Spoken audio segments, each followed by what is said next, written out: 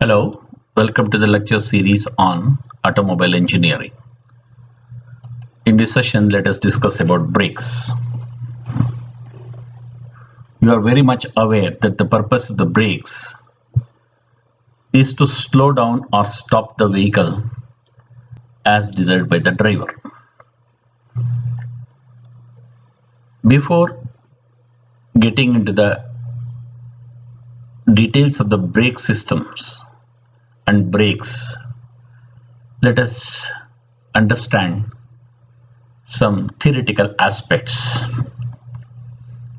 To understand the theoretical aspects, here I have considered a car going up a gradient, say theta. So let us look at what are the forces acting on this vehicle. First of all, let me show you the dimensions of this vehicle. This vehicle has a wheelbase length L,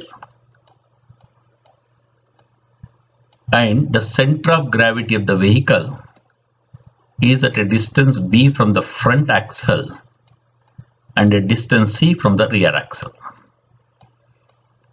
and the center of gravity is at a height h from the ground. Now let us look at the forces, resistance forces that are acting on this vehicle. One is the aerodynamic resistance. You call it as drag. So let me represent this force by the resultant of that. It is acting at a height, say HA. This is an aerodynamic resistance. Then there is gradient resistance. Suppose W is the weight of the vehicle. It is acting downwards. If I resolve this weight in a line parallel to the gradient line and perpendicular to it, so theta is the gradient, then W cos theta is this force, and W sin theta is the force which is opposing its motion. So this we call it as gradient force, gradient resistance. This is the drag resistance. Also at the wheels, you can see here RXF is the rolling resistance at the front wheel. RXR is the rolling resistance at the rear wheel.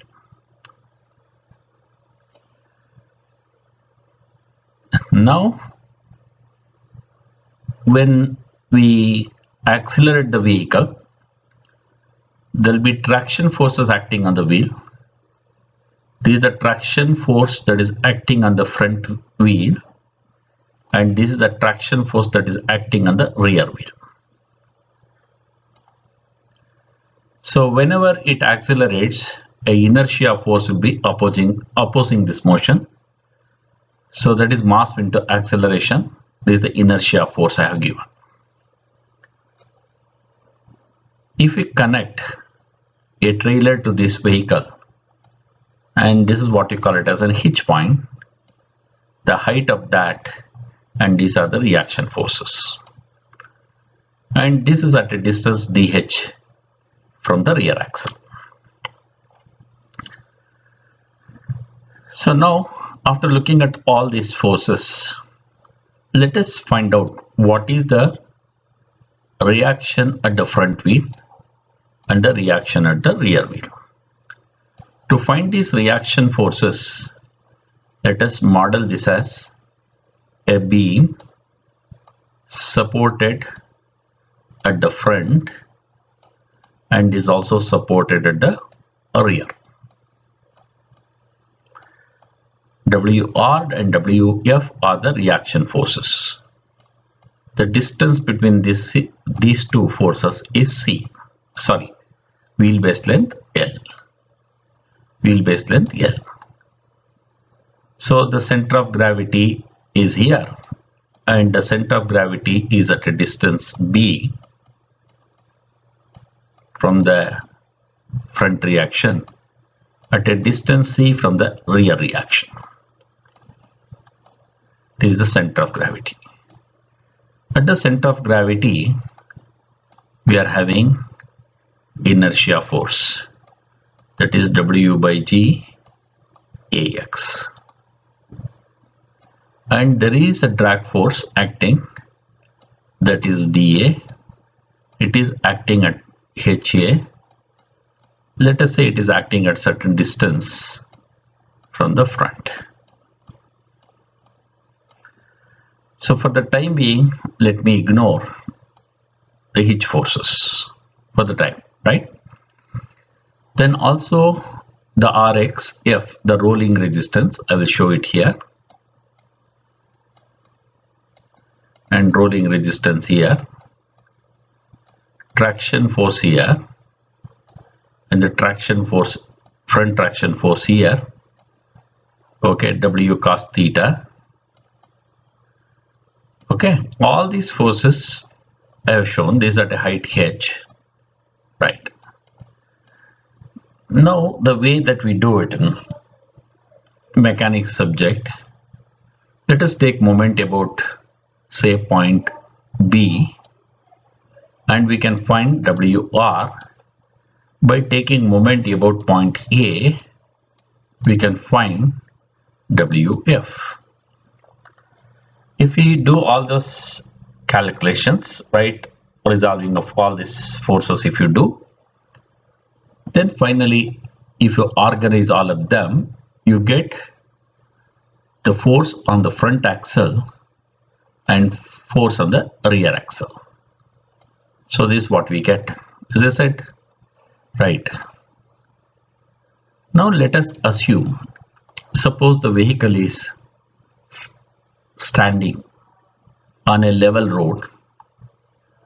In that condition, say let us not look at no hitch forces will be there, no inertia force will be there, no drag force, theta is 0, sin 0 is 0, cos 0 is 1. So you are going to get this one. So load on the front axle, static condition. Similarly, from this equation, you can get reaction or load on the rear axle at static condition. So it's very easy to remember. Suppose this is WFS and here it is WRS, and this length is B, this length is C, wheelbase length is L, and W is the weight of the vehicle.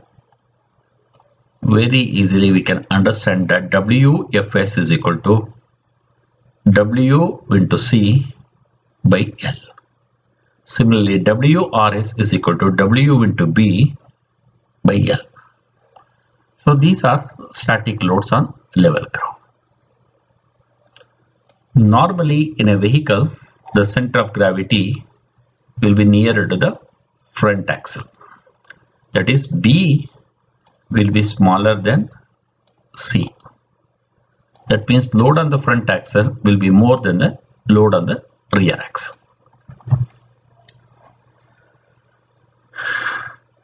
Okay, next. Suppose the vehicle is accelerating. Again, ignoring the hitch forces, I can write that equation, deduce this equation from this equation.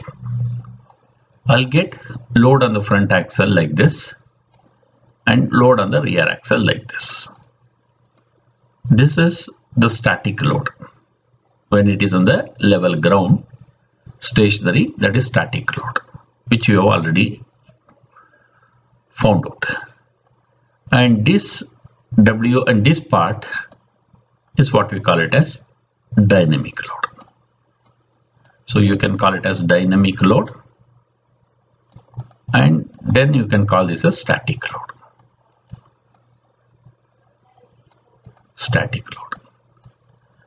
For the rear axle, you get the same thing. Instead of minus here, you get the plus sign.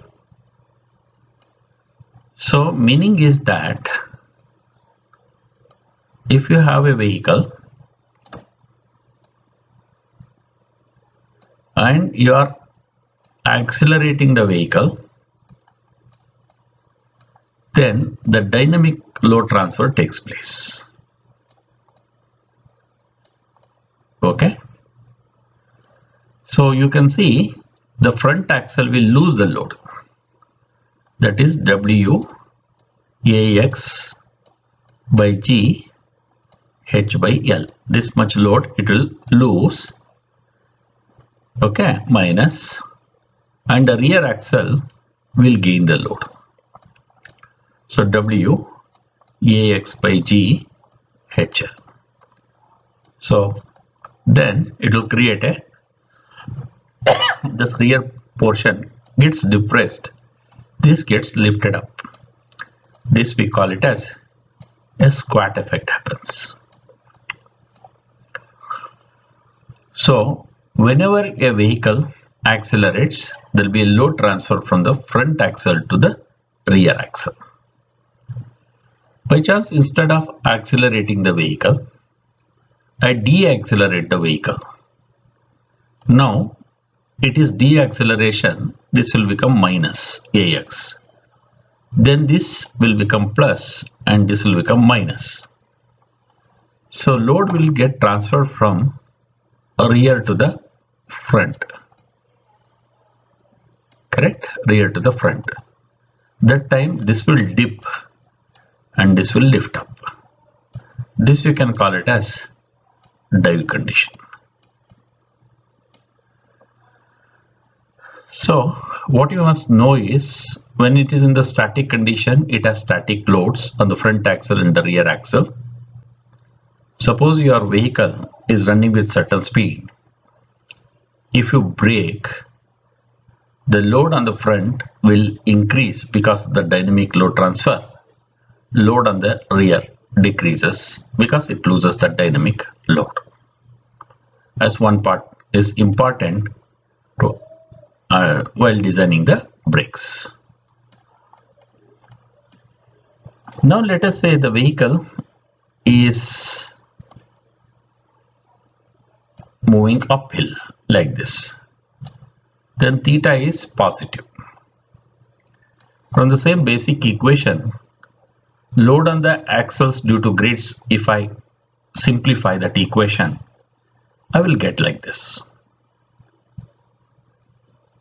You can see front wheel loses the load and the rear wheel gains the load here like this. Okay. Rear wheel, there will be load like this. This way load transfer will happen.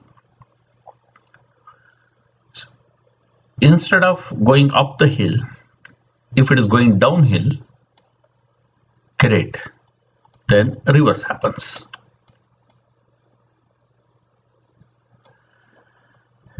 Okay, that's another important thing. So also we must know that suppose this is the vehicle.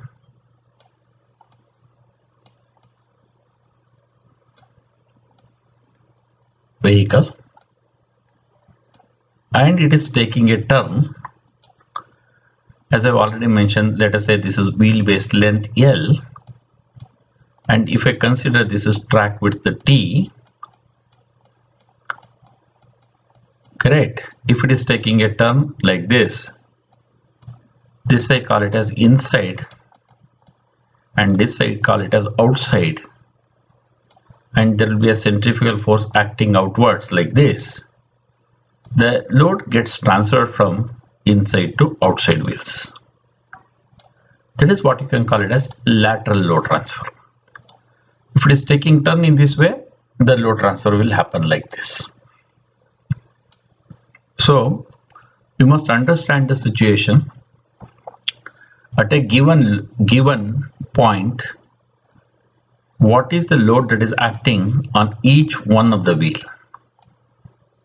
It is possible to calculate what is the load acting on each one of the wheel at a given instant. So by understanding this, such an understanding is important to design brakes, design and operation of brakes.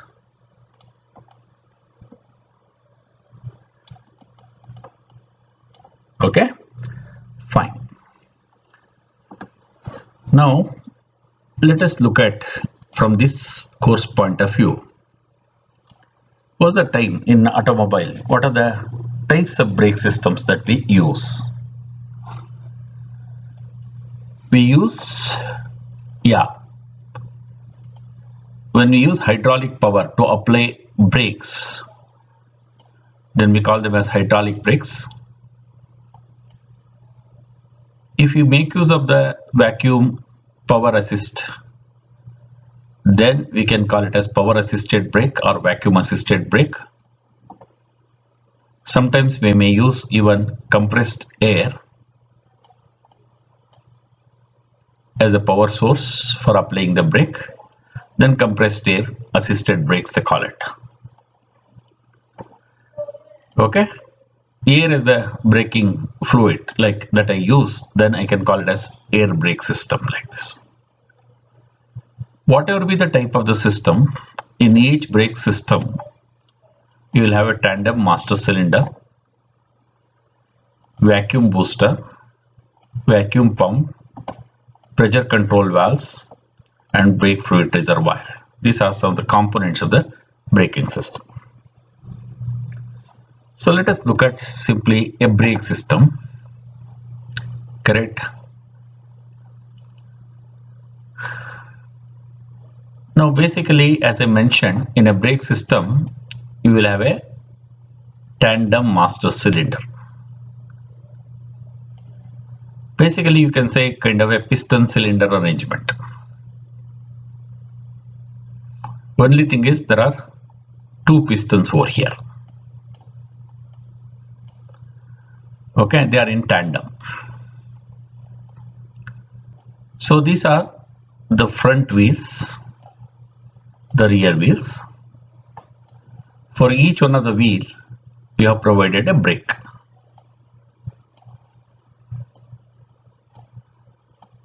Okay, so this is brake pedal. This is a place where we apply the brake or apply the effort. When you apply the effort, this gets transmitted to this. In the tandem master cylinder we have brake fluid, and in this system what we have done is we have connected two brakes to one part of the cylinder, other two brakes for the other part of the cylinder. So the idea is that by chance one line fails, the other phase line should be working. That's from the safety point of view. So whenever we apply an effort, this plunger moves inside this, pressurizing that hydraulic fluid. So the pressurized fluid flow to the brakes. That means there will be in the brakes, there will be a brake cylinder. It will flow to that, and that in turn will apply the brake. Right. So here you have a brake fluid reservoir. So when we apply, like, this fluid will enter here. When we release, again the fluid will flow backwards to this.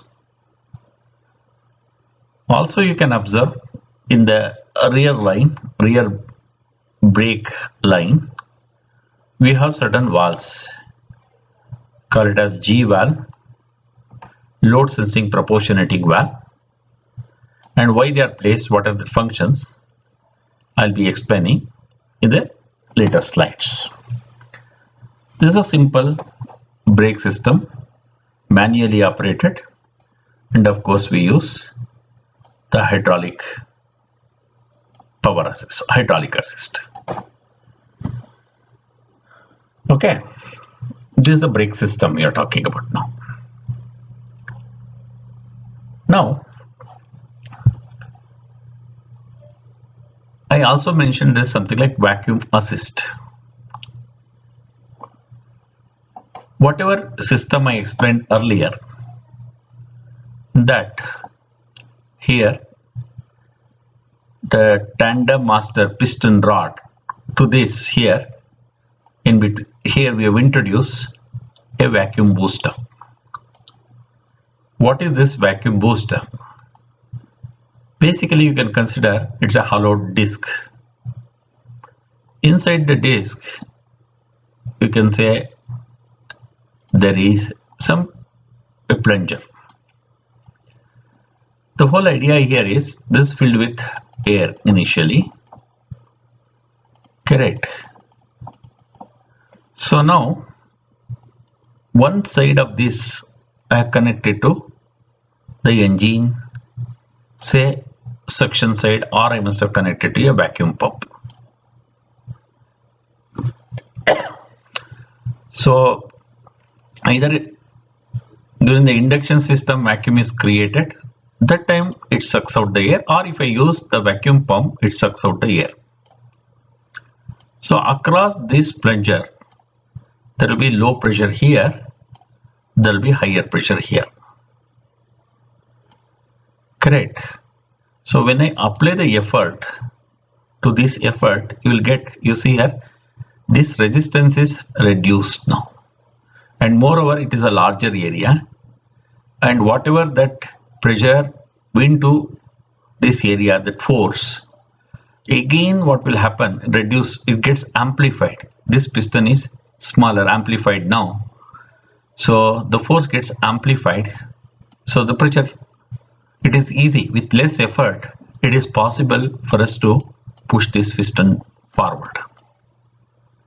So it is actually boosting or amplifying the force. That's why I call it as a vacuum booster.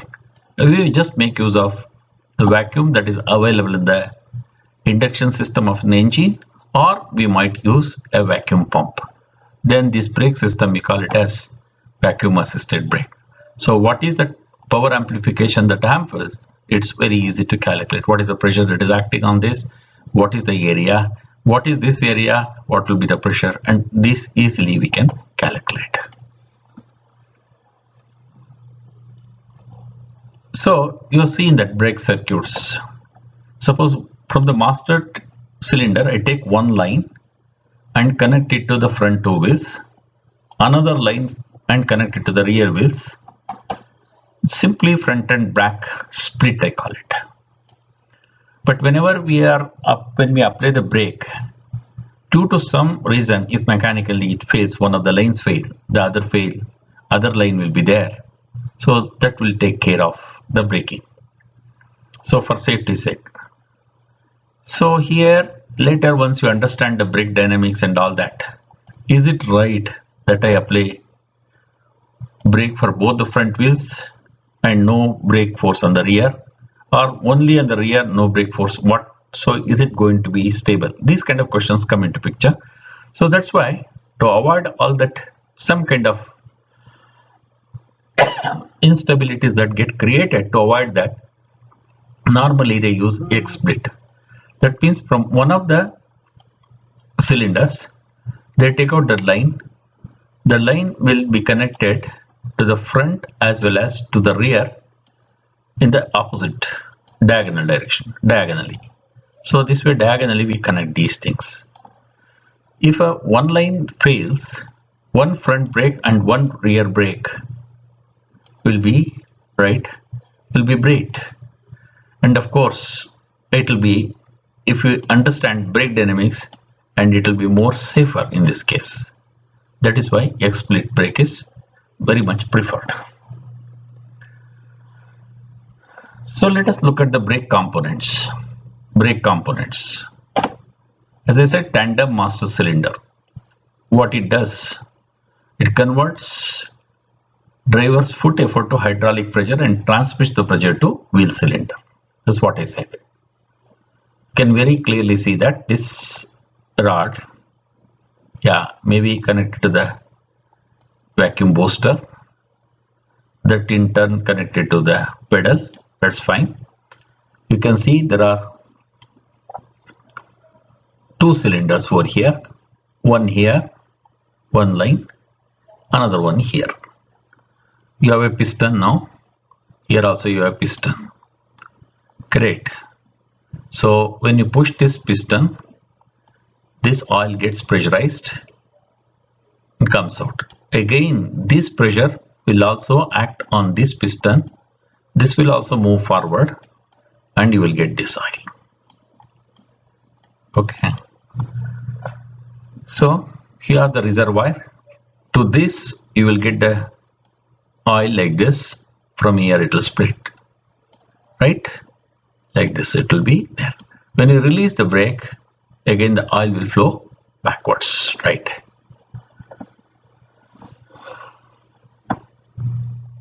Okay, fine. So that has been shown very clearly over here, right? So you can see that how the equalization happens about that. So how exactly a master cylinder works? Probably that video you can see on YouTube. Okay, right. Then we have wheel brakes. Let us talk about brakes. On each wheel, you will have one brake. So either the brakes can be drum brakes or they can be disc brakes. So you can see here, this is just a picture of a drum brake. Okay, again, there are different designs of drum brakes will be available. Okay, simplex, duplex. Okay, so what are these things? I'll just explain in the next slide. Let us say this is a drum brake.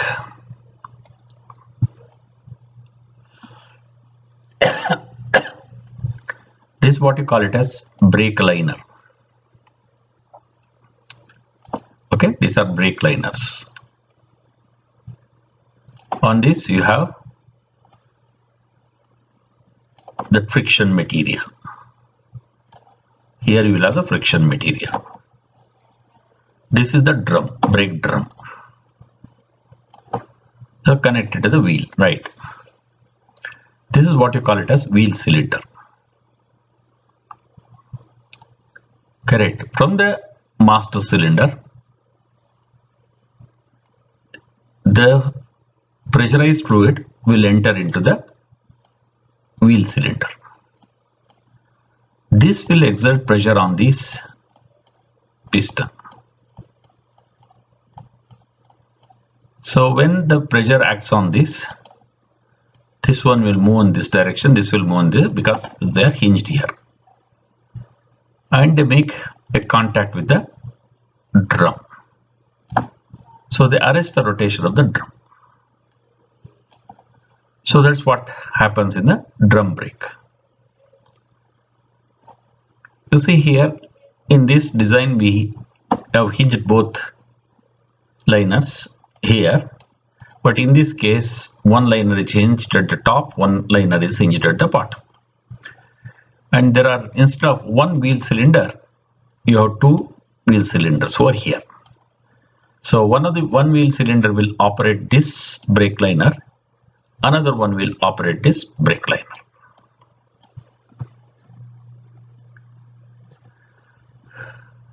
So you can have another duo duplex.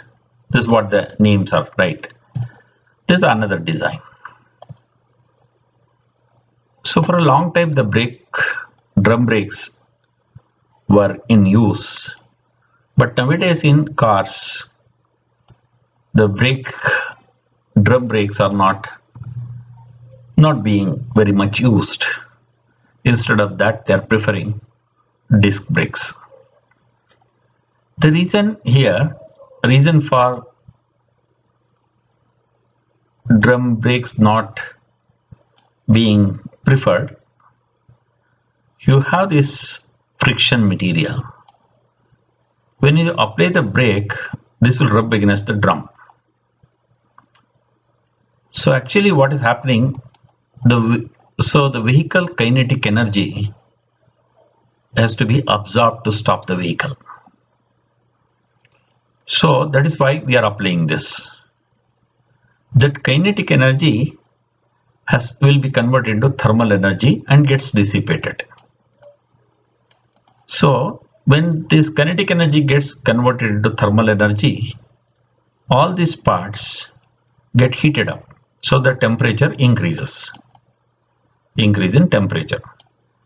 Because of that, what happens between these two, when they come in contact, a brake force has to be created. For that, friction coefficient mu will be there. You should have some mu. The moment it starts rubbing, the mu value decreases. So brake force, if I consider mu, okay, mu into, let us say some force, let me call it as P, something like that, just like that. So this is the force. This force mu is reduced, then the brake force is reduced. Though you are applying the brake, the drum will not be arrested. So it continues to move. So that way, brake reliability reduces. Brake reliability will be a problem. Okay. So it may not stop at the required distance. It may take longer time to stop. This kind of difficulty will be there. The reduction of this mu, because of the increase in temperature, we call it as brake fading. That is popular. You want to avoid brake fading, means you have to continuously cool the brake. However, it is housed in a drum. It is difficult to circulate the air and cool these shoes or brake liners. Okay, this is what I explained already, what a wheel cylinder is. So other type of brakes that we consider are the disc brakes. So here you have the disc, you can see, and you have the brake system, right? It's basically, it is open to the atmosphere. You can continuously, since it's open to the atmosphere, as the car moves, continuously the air will flow over that, it will cool. So this is, there will not be much of fading effect here, brake fading effect. Not that it's completely eliminated. Definitely for a small instant there will be a fading effect, but because of the continuous cooling, the fading effect is very, very small. Now, this is the disc, and these are called parts. This is part, this is disc, this is caliper. So you can apply the brake so that the caliper will move, pushing this, and these brake pads come in contact with and apply the brake, the way it's shown over here. They come forward and they apply the brake. So to increase more brake force, instead of one part, you can use twin parts like this. Okay, so that the braking area will also increase, and you can definitely area and the force will increase. Here the caliper is moving, but you can also keep the caliper fixed. You can only make these parts move, like this one, this piston move like this. Because of this pressure, this portion will move forward, and the caliper is fixed in this case. So that's how we can apply the brakes over here. Okay, so again you can watch the videos, and how exactly this system works we can understand. I mentioned about the brake booster, what's its purpose. like you can see that's another, once again I opened it up, like you are removing the, connecting it to your vacuum pump or induction system, reducing the pressure so that you can easily move this, and whatever you can amplify the force, that's the main thing, so the effort required here by the driver will reduce.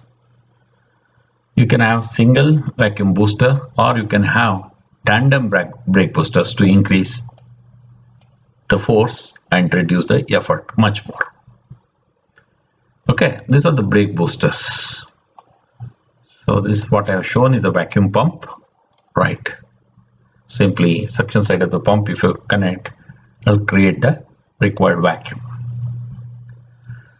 So now let us study about braking forces. Here we discuss about brake forces. Now I just consider one of the wheels of the vehicle.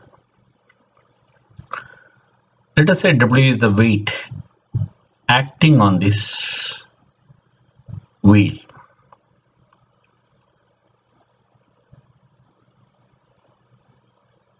Now,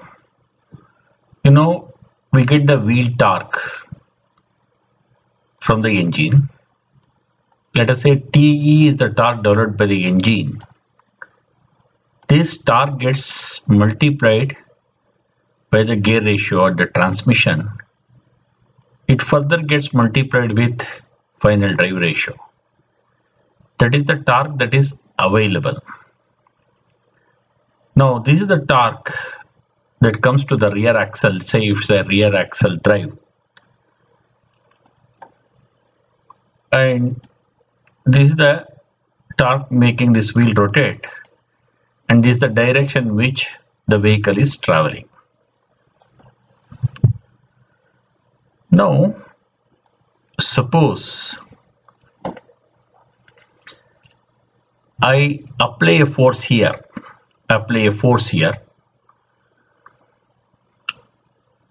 and the normal to it, this is the, let us call this as the brake force.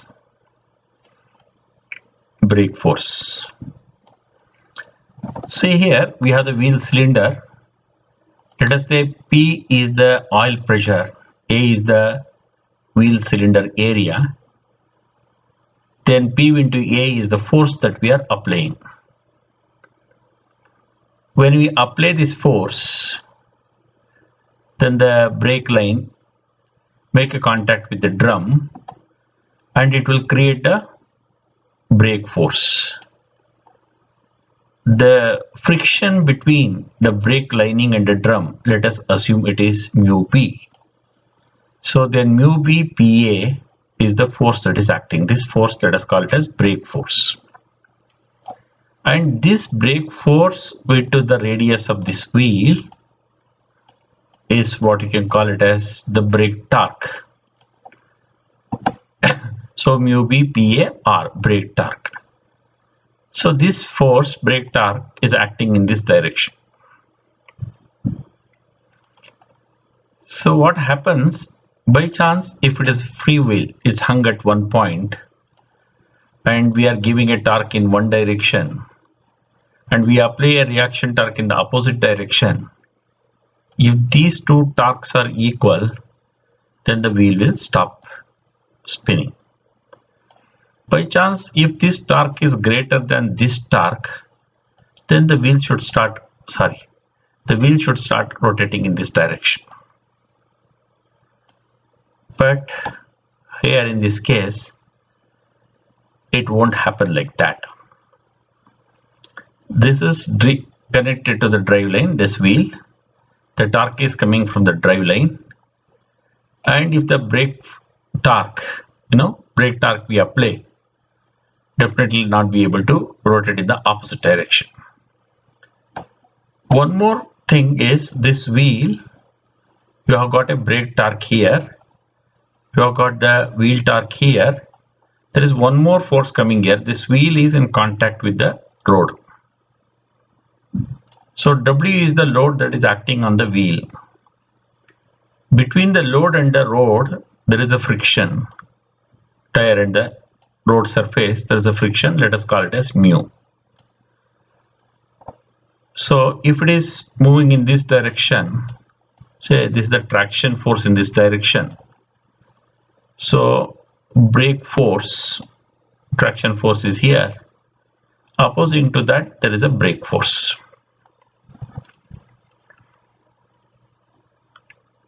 Correct? Now if this brake force is from a road, right? So we have to find some kind of an equilibrium. Correct. Suppose in this case what happens, by chance the brake torque is greater, say brake torque is greater than say wheel torque, whatever it is, by chance it is there, this wheel gets locked up, it will start sliding on the road. So let us say that there are two forces now. One is the brake force and another one is the braking force. Correct? The brake force is, let us say mu b pa, this is the brake force, and this r, this is the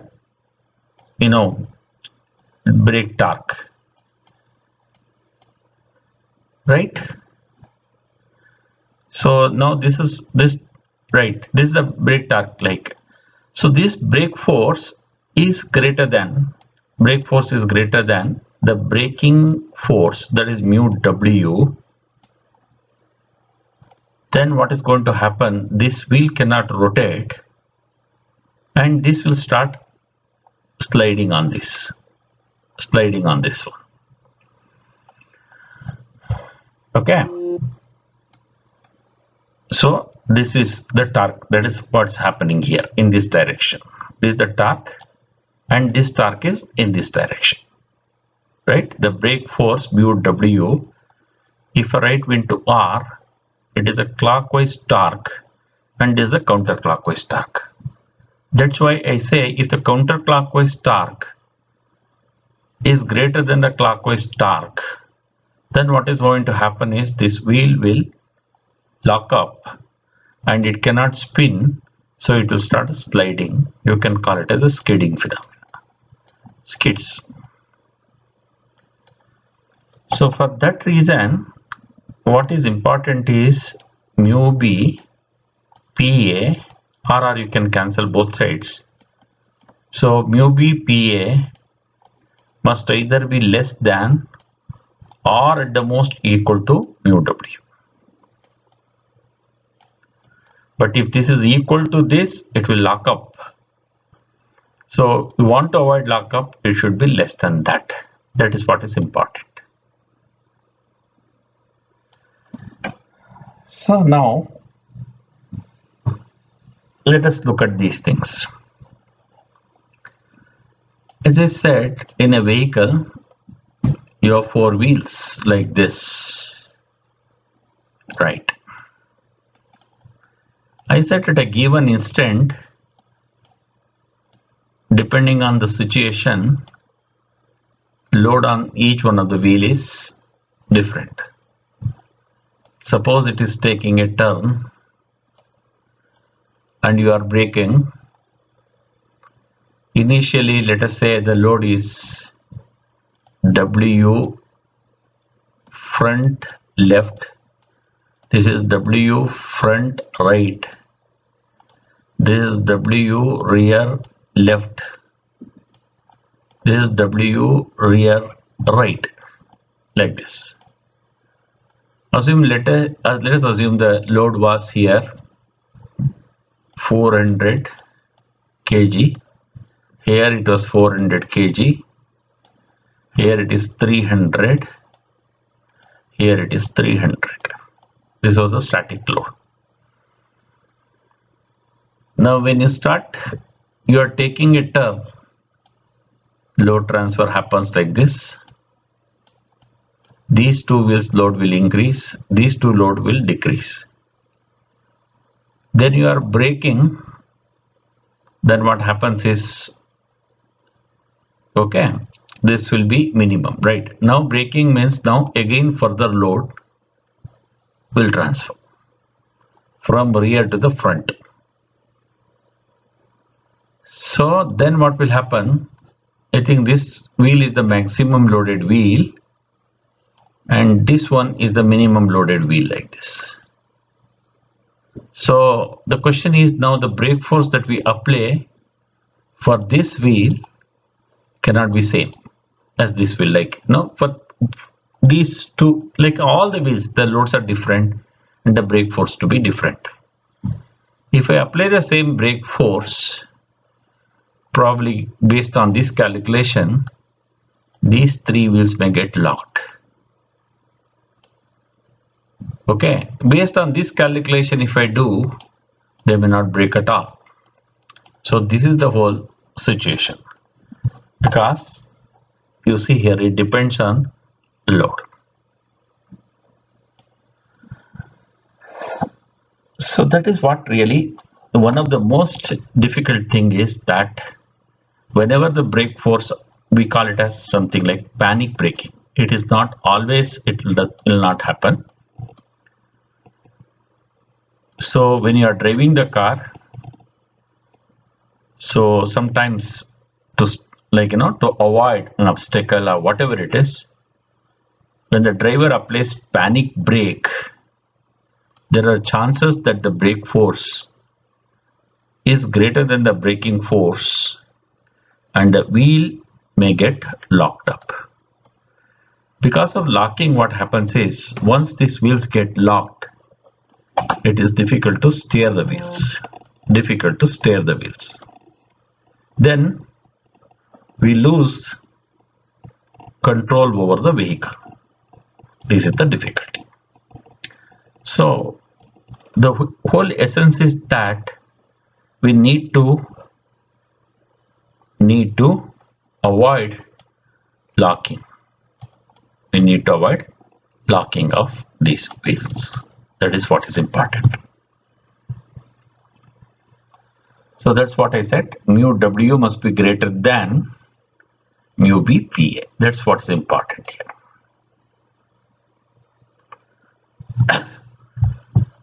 Look here, by chance, when you apply the brake, the front wheels get locked up. So this is the brake force. When you apply this locking, brake force is applied. If these wheel get locked, they become like hinges, and that time the reactions are created at the wheel surface. A kind of lateral force will be generated, and this lateral force about the center of gravity, it will create a moment like this and try to keep the vehicle straight. Okay, this mechanism is like we deal in vehicle dynamics, right? So this is how we try to keep the wheel straight. By chance, rear wheels get locked up.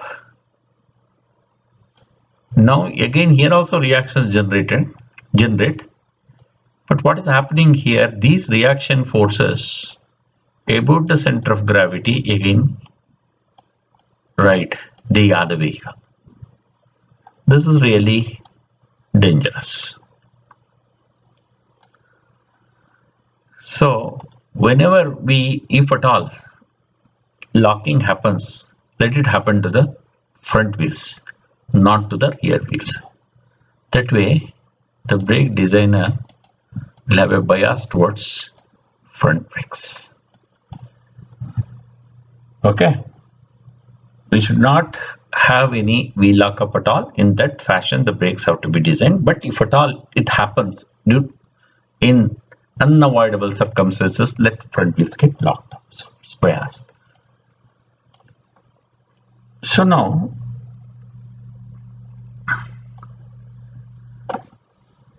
what needs to be done? Look at these things.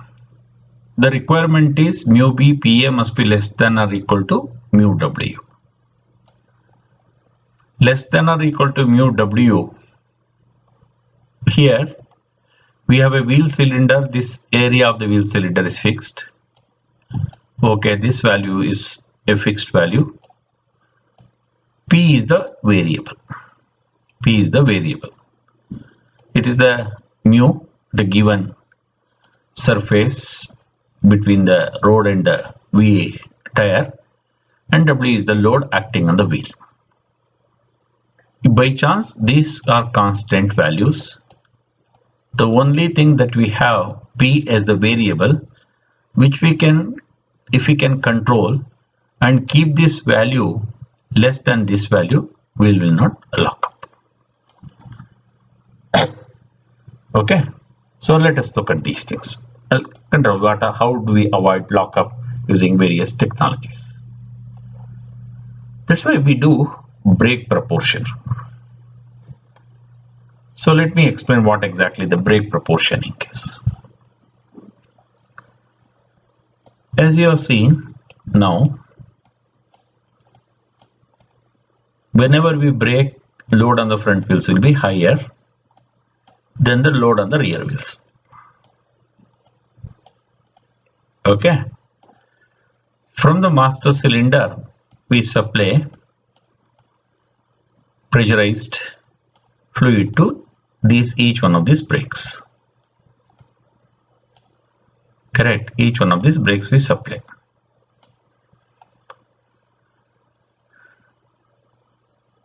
Now, but the question is here, when we are braking, the front wheels are loaded more than the rear wheels.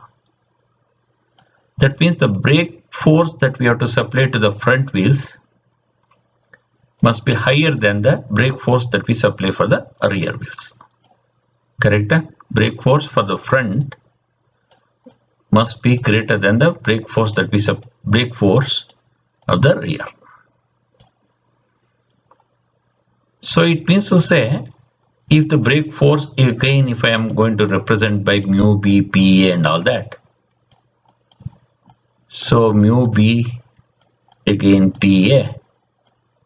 Let me represent this P as now PF and this as P rear. That means the PF must be greater than PR. Suppose oil is coming with the same pressure from the master cylinder. So what we have to do is, whatever oil that brake fluid is getting into this line, before passing on to the brake cylinder, its pressure must be reduced, or we have to supply fluid at the low pressure. So if you know the front axle loading and rear axle loading, and definitely we can model this load on the front axle and load on the rear axle and various braking situation if we can, and depending on the load mu, if you can develop a characteristic or a model, then for a given situation, if this is the brake force on the front, what is the corresponding brake force on the rear, we can find out. And once that brake force is known, and what should be the pressure of the fluid to the rear, we can find out. And once we know that pressure, and we can control the hydraulic fluid to flow with that pressure, so that locking will not happen. Anyway, there are many proportionating modelings. Using those we can model them, right? So then how do we implement this? To implement this, there are two types of proportionating valves they normally use.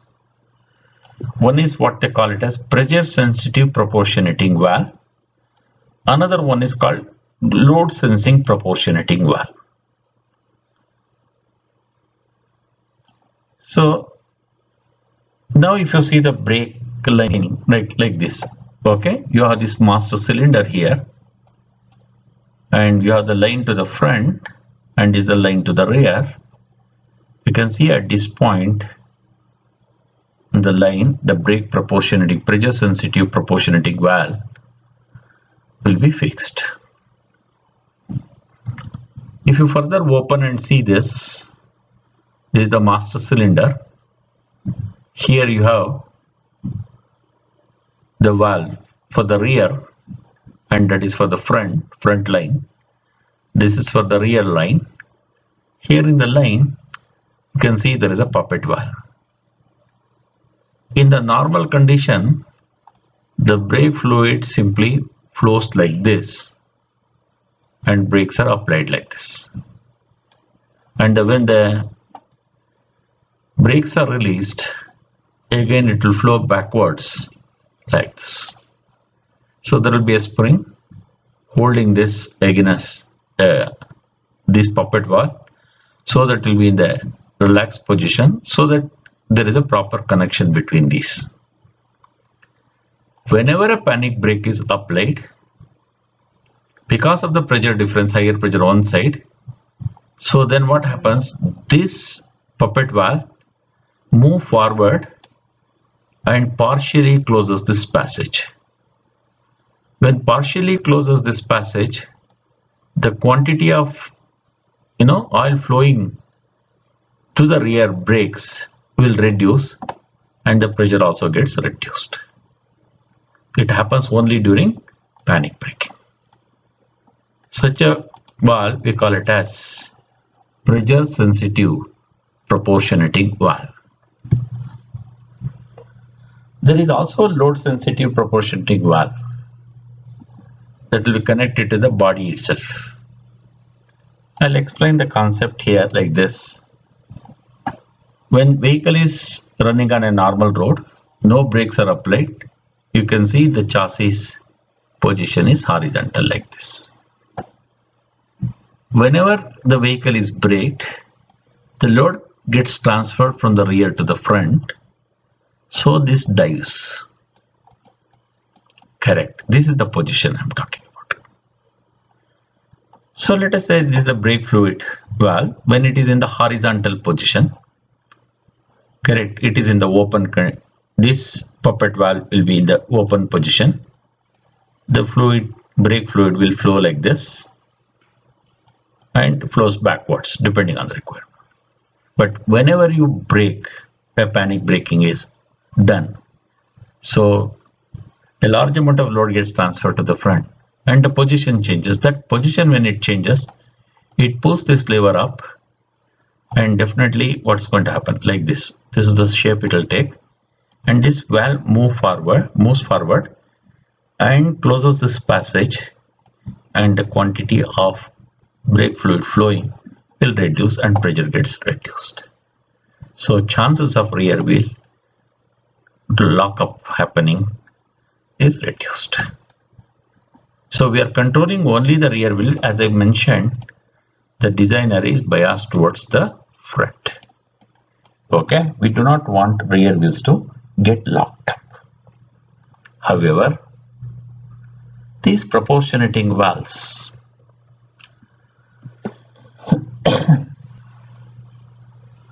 may not respond, may not do the proportioning very accurately. So even if you use these valves, there is chances of lockup. So how do we reduce this? Now there is what they call it as nowadays anti-lock braking system they use. That is what you call it as ABS. First, to understand ABS, please understand that the idea is to keep the pressure low. That's all the idea. We'll define slip. Why we need to do all this is, if I say mu b, say P R A wheel cylinder must be less than mu road and weight of the wheel. Okay, right. So if we, by chance, if we can accurately find the value of load on the wheel, and also if you know the mu value, we can find out this magnitude. And you know this, and PR can be determined, and we can supply the oil at that pressure. But the whole issue is quite difficult to find out now load on the wheel. Also, mu, it is difficult to measure. So somehow we have to measure this mu indirectly. And load on the wheel, if we can find, then it is possible to find PR. So for that reason, what we do is we'll define slip now. Slip is V minus omega R by V. This is vehicle speed. This is wheel speed. Okay. If the wheel speed is 0, omega is 0, then slip is 1, that is 100%. Your wheel is not spinning, but the vehicle is moving. This is what we call it as the skid condition. But for any other value of omega, the slip is less than 100%. Okay, now we have relationship between braking coefficient, that is mu, and the wheel slip. This is for different types of road, dry road, wet road. Okay, all these conditions we have. You can observe that it is right. If you test this, the mu value will be maximum when the wheel slip is around 20%. So for a given tire, we can get the mu value. And moreover, because of this high mu value, if utilized, again stopping distance will also be reduced. So what is the idea here is somehow if we can brake utilizing this effect, then we can avoid locking. We lock up. Also, we can decrease the stopping distance. So for that reason, this is what exactly ABS system makes use of.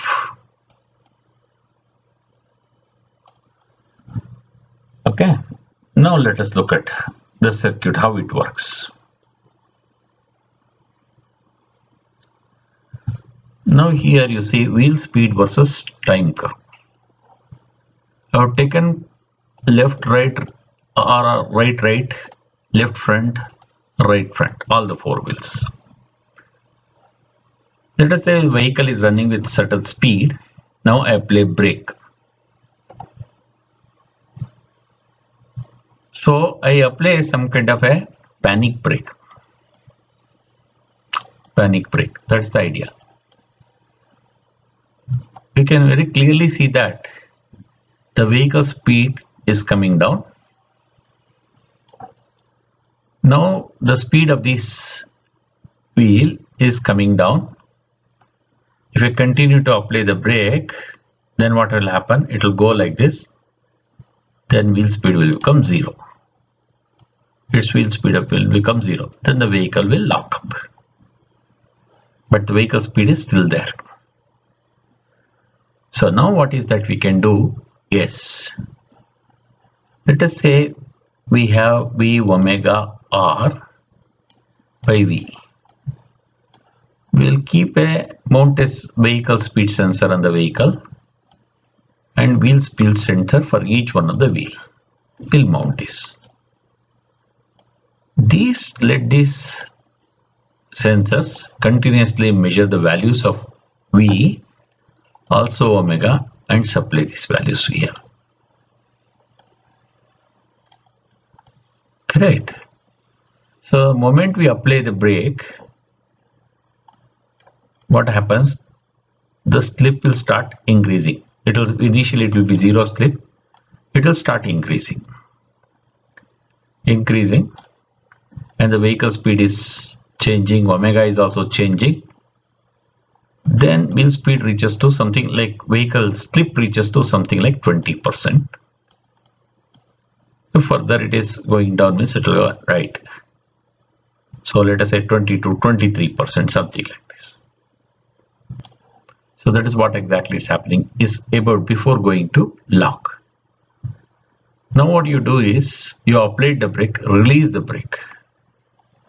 When you release the brake, it will start coming backwards like this. Backwards coming like this. Again, slip is around 15%. So the wheel speed has increased. So again you apply the brake like this. Okay. Release, it comes out like this. Then again you apply the brake. Again you release, but you are playing with around 20% slip like this for each one of the wheels. You keep doing like this. Then the wheel, finally the vehicle will stop without locking.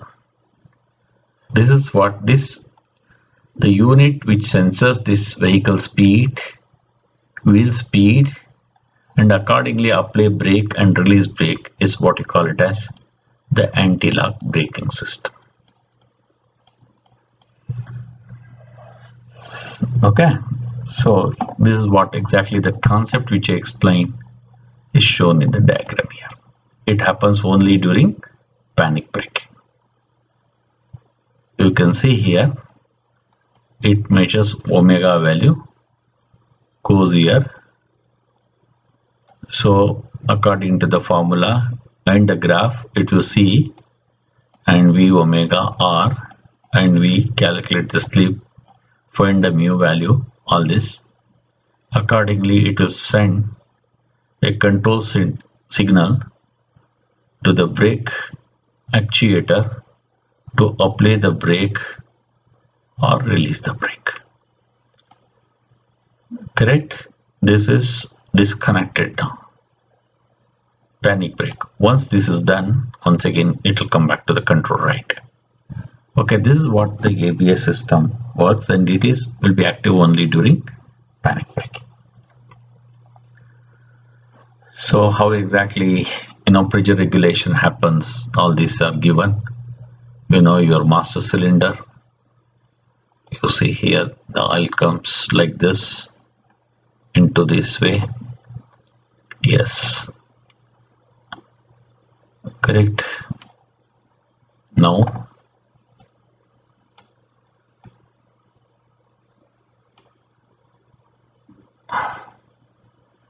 once when you want to apply this valve may control, release this valve may control like this. Okay, the same way for this, the other wheel, front wheels. So these hydraulic, these are what solenoids, which valve to apply, which valve to release. Based on that, instructions that are coming from the ECU, it will be done. Okay, so for 4 wheels, the same ABS system is shown. Wheel 1, wheel 2, wheel 3, wheel 4, and all that. Then input circuitry, then microcontrollers, which will do these. These microcontrollers in turn will send the signals to the actuators. So they will decide whether to and they will in turn operate the hydraulic system, or applying the brake or releasing the brake will be carried out.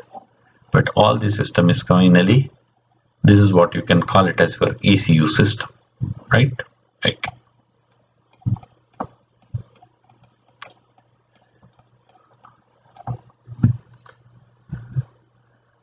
I hope you understood this. Signals are, you see here, this wheel speed sensor coming there, and we have to feed the vehicle speed sensor. Okay, so it's not shown here. Vehicle speed also should get in there.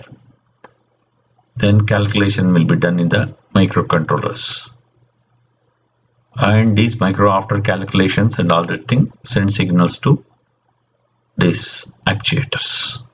The actuators in turn control the hydraulic system. The hydraulic actuators will open or close depending on the signal that is coming from here. Okay.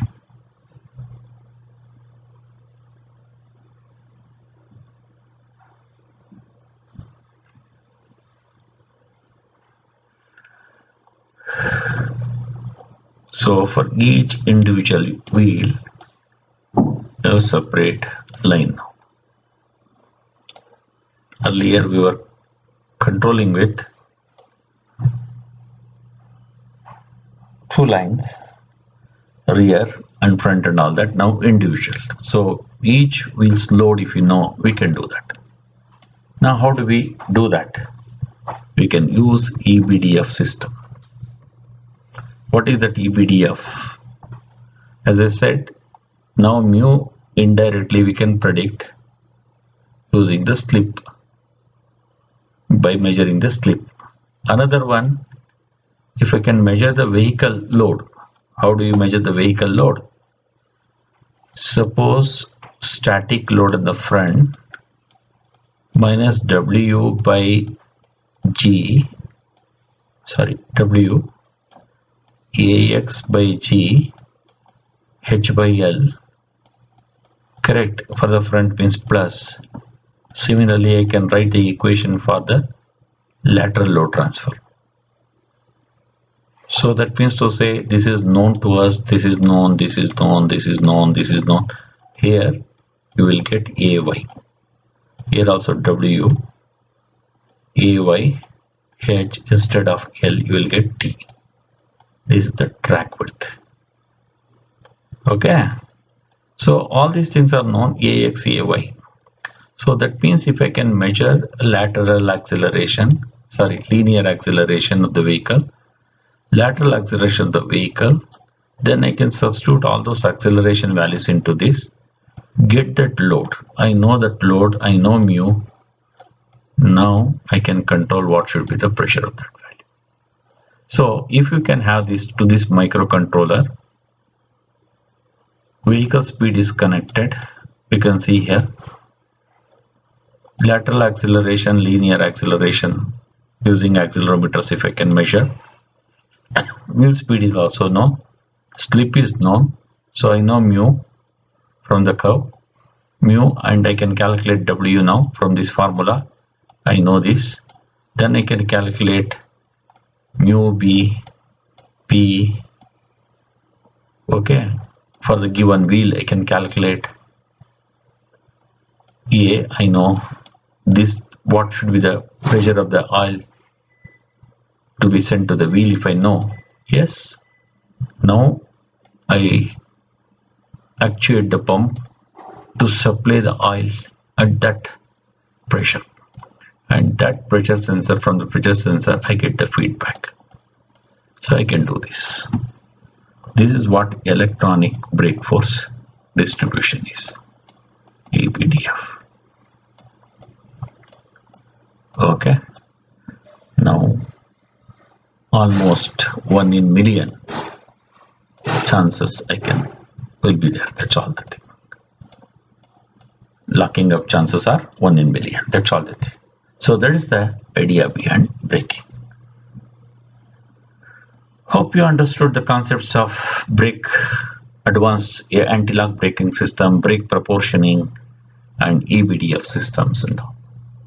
So now you can watch, like there are ABS variants available, and there are many videos available on ABS system on YouTube. You can watch and understand these things. Hope you enjoyed this. Thank you very much.